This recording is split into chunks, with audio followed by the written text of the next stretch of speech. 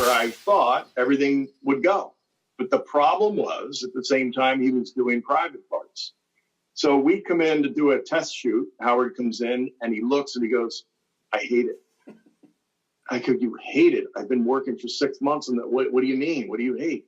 He goes, your camera's in the wrong spot. They need to be back here. So I always just assumed that, you know, this is just going to be another one of those negotiations. But when he said it was going away, I still didn't believe it. I sort of was like, he's really negotiating, you know. But then as we heard more, and then Howard took us, had a little brief meeting with us after the show, that it seemed real. Hello and welcome to another edition of Here's the Pitch, and I'm going to get right to the guest. This is very exciting. Of all the guys, I was really interested in you because you didn't care. You always came in with your opinions. You didn't care what people had to say. Tell me a little bit about that time walking into that studio and not really giving a shit about throwing out your opinions, even though 9/10 of the people in that room didn't want to hear it and thought you were nuts. Yeah. Look, Howard was always great in that. He let us sort of just say what we wanted, and there were no ramifications on that. So in that way, you felt very at ease and able to, say what you wanted. The ganging up was always ridiculous because I knew I was right on everything I was saying. But yet these peons would just jump in, and Jason would start typing notes to Howard, tell him this, tell him that. And it's frustrating at the end of the day, but at the same point, I guess I enjoyed it because I would do the things to get me on the air to say it. So I would say something to Gary, knowing he's going to run to Howard and say it, and then I would be able to argue my point. And then also there were times like Al Franken and Michael Moore, and being able to debate those guys was fun.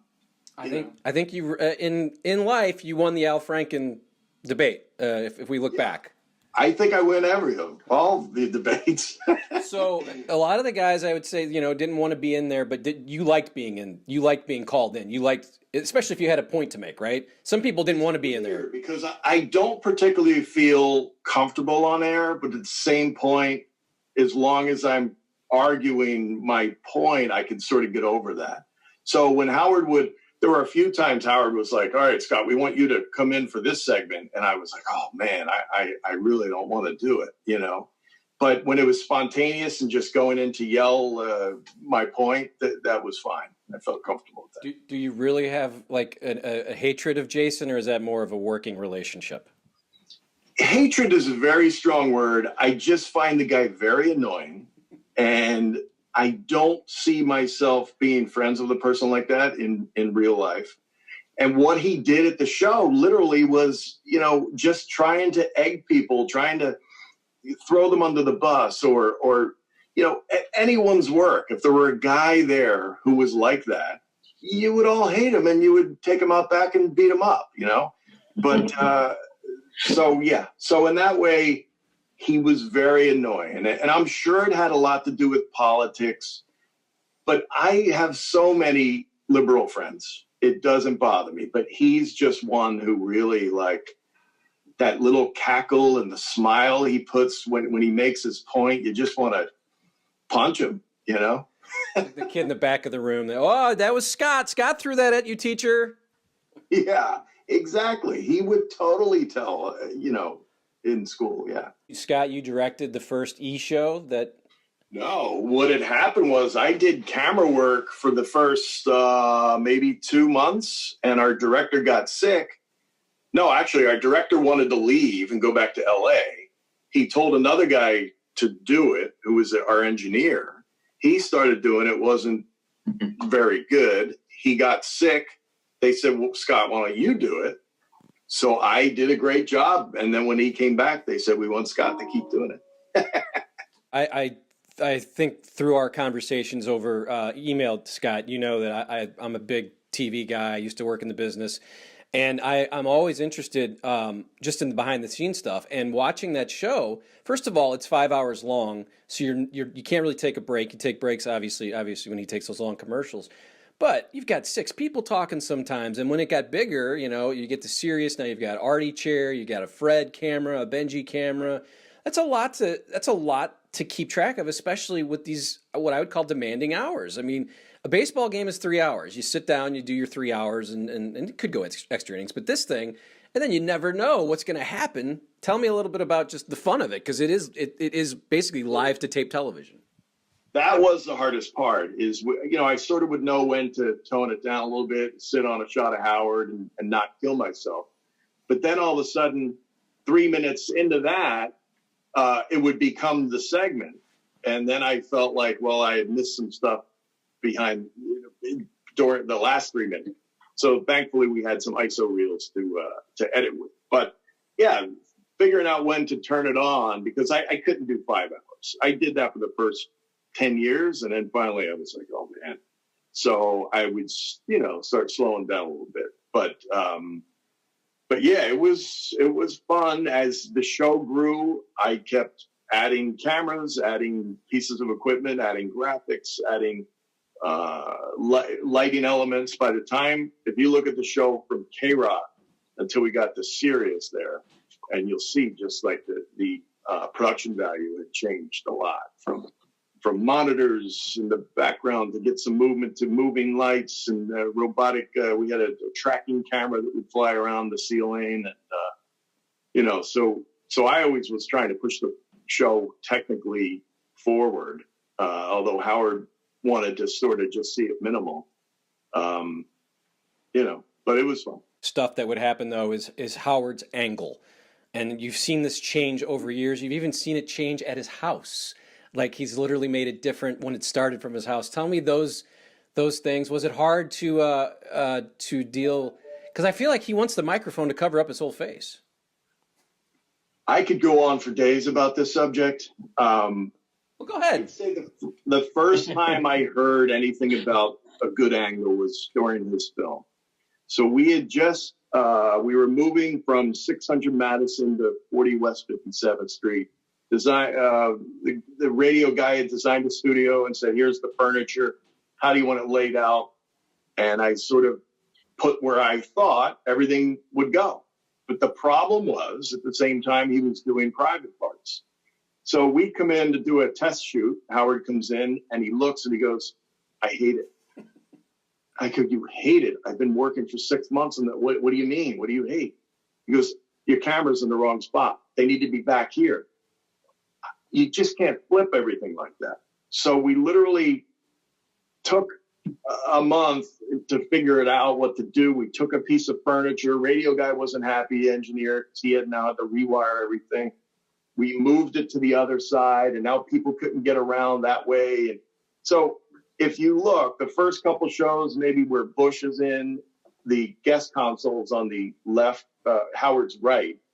And then after that, we moved it over to the other side. Then Howard decided he had an exact angle that he wanted. It wasn't even just shoot the right side of his face. It was a 3/4 shot. So now I had to park 2 cameras on him instead of just having one like the old studio. You know, so now I'm a camera down on other stuff. And then we're adding people like Benji or Artie. And I'm trying to, so we're having to add more cameras. And, you know, it just became challenging. But then the worst part happened was he looked at a certain show. He thought he looked like crap. So I said, all right, let me look. And I looked at it. And I thought maybe the shadow was a little too much under. So I adjusted his lighting.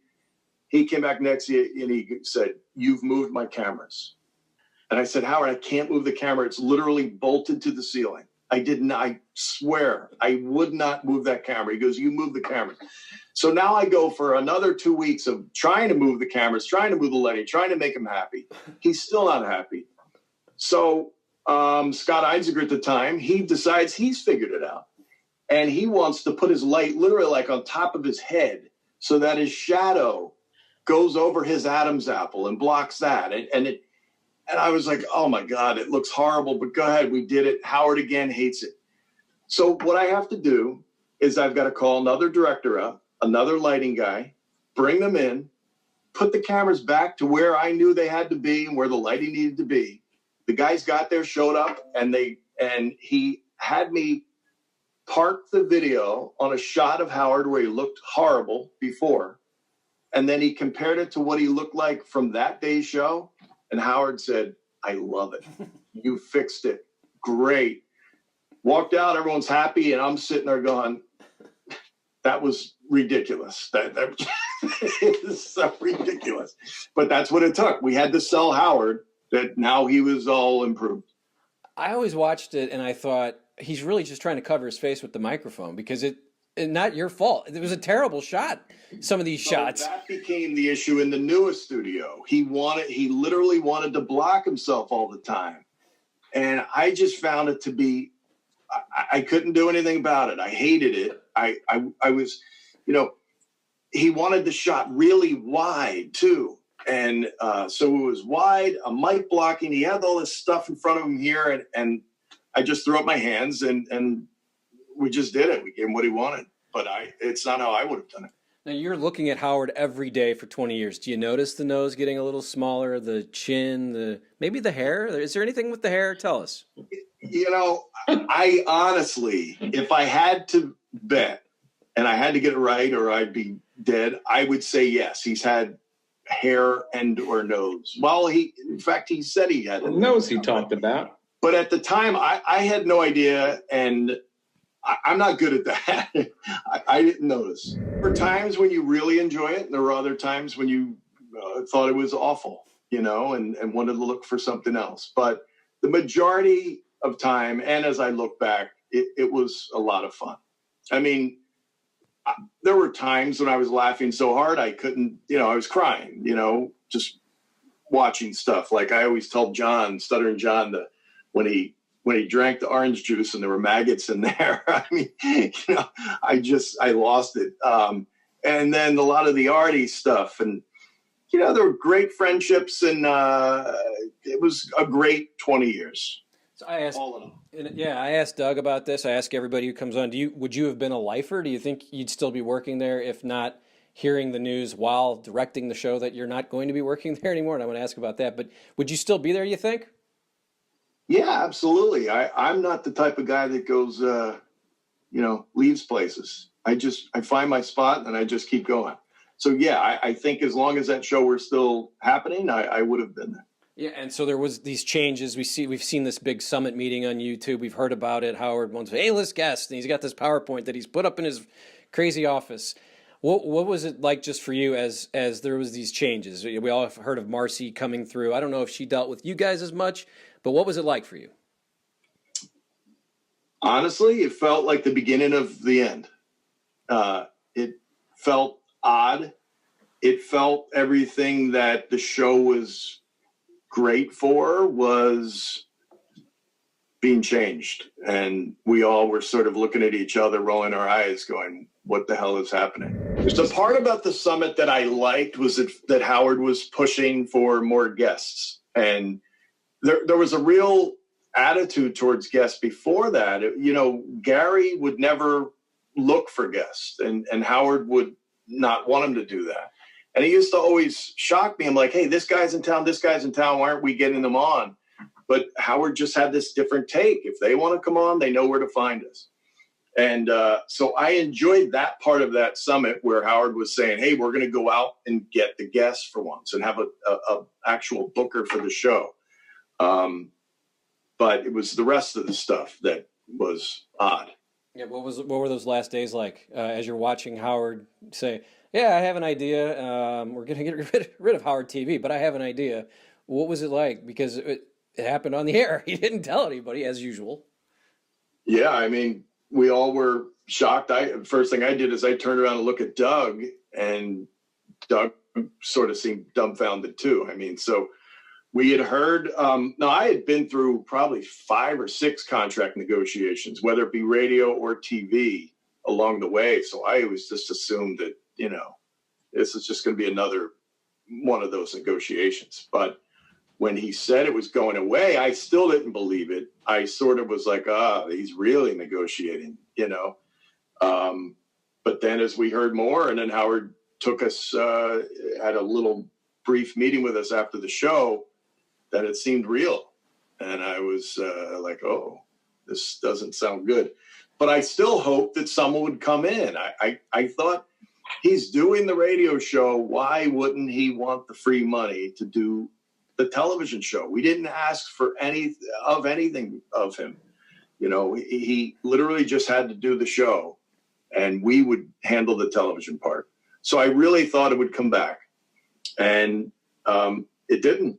And I've heard various reasons for that, but who knows? They had our phone numbers. They knew how to get in touch with us. I'm curious to this day why they didn't, whether it be, you know, I've thought of everything. Was I too political? What did Howard, was he not into the arguing anymore? Did MARCI think we were bad for the culture there? So did we get paid too much? I don't know. It could have been any reason, but they never called. You know, they called for one thing, to help. I'll tell you a story. After we had just left, Gary asked Doug and I to help with the birthday show that was coming up. Howard's big, 60th birthday party, I think. So we had been through those. Doug always ran the whole, practically the guts of the behind the scenes of the show. So he and I went in, took a meeting in the city, and I told him, here's where you're going to want Howard, here's where you're going to want the stage, blah, blah, blah. I told him a bunch of stuff. Doug then went and put all the finances together and said, all right, this is what it's going to take. Then I hear from a camera guy who I know, who talked to my wife and said, you know, Scott asked me to do the birthday show, but I've just been hired by another director. I was like, what? So we call up Gary, and Gary was like, oh, how'd you find out? Like, not, sorry, I should have told you guys. I mean, we had taken these meetings and we budgeted the whole thing and we had worked on it. And it just felt like we're already down because we're looking for work now. I don't think Gary was going to go to bat for me anytime soon after the whole sleeping video that Doug really was responsible for. But I took the heat. I just watched that again I do research here, and the research is watching old clips on YouTube, and that is hilarious. I mean, just some of the stuff that goes on. Now, do you guys watch YouTube and look at some of these old things, or is it, I did it, I don't care, I'm not that big a fan, I'm pissed off, or whatever? I mean, you know, a lot of people, I'll be on the golf course, a lot of people ask me Stern stories, and I always come up with the same 4 or 5 stories, and I'm like, so every once in a while, I'll look for something and watch something and it reminds me. But no, I don't really do a lot of Howard Stern YouTube watching. Because, you know, ultimately I feel like that's partly why the show went away. You know, YouTube killed our job. Tell me, so these times where Artie, I love Artie, I miss Artie, I ask everybody about Artie, but Scott, tell me about these times when you're watching him fall asleep or you're watching him fight Teddy or Sal. And I mean, did you have sense that there was issues with him, or did you feel weird about showing this, or was it, hey, it's a big party, Artie's laughing at it, it's fun? I literally had no idea he was doing drugs until after he would say it each time. Then I'd be like, oh, but then the next time I would give him the benefit of the doubt. And again, he must just be tired because he was up all night long. Like, I don't know. But, you know, there became a time when the eyes start rolling into the back of his head sort of stuff. And the eyes, you know, the lids are like half open. And, you know, I had a camera on him. I felt like I had to do my job and capture it, but I felt guilty for it. And the extent that it was funny and he played along, like putting the bed out there so he could take a nap during the interview. Who was being interviewed when he's sleeping there? She's talking about her, like, here's Artie just snoring on the bed. It was so funny. But so the extent we can make fun of it, it was great. But ultimately it was sad. And Artie was a good friend and generally the funniest person that worked in that whole 20 years of the show. And I just hope he figures it out, you know. I'll call him once a year, maybe, when I find a new phone number, and we'll talk for a little while, and then he disappears again. So, two different eras. Jackie was more like there's a party in the studio, and Artie was more like, an SNL funny classic Dan Aykroyd bit. It was just two totally different experiences. I would probably vote for the Artie era, but Jackie was damn close second. When Billy West was there, and just the howling and the laughing and here's a weird dynamic. Jackie he would write jokes and then put them into a bin that we had a camera up, and then Howard would read it, right? So whenever Howard said something anti-Fred, the first thing Fred would do is he would look over and look in the bin and see if Jackie wrote it. And then he would attack Jackie. He wouldn't come back at Howard. He'd be like, well, Jackie's a drunk. It was great. Are we listening to the show now? Do we care? Do we even, or is it too bitter? I'll listen to some of the interviews. That's about all that that reminds me of the Stern Show I worked on. Again, I thank you for watching. And again, STL. STLmasses.com is the restaurant that sponsors this show. Masses, STL Masses. Go there, look at the menus, and coming through St. Louis, just head on over there. Thanks for watching. We'll see you next time.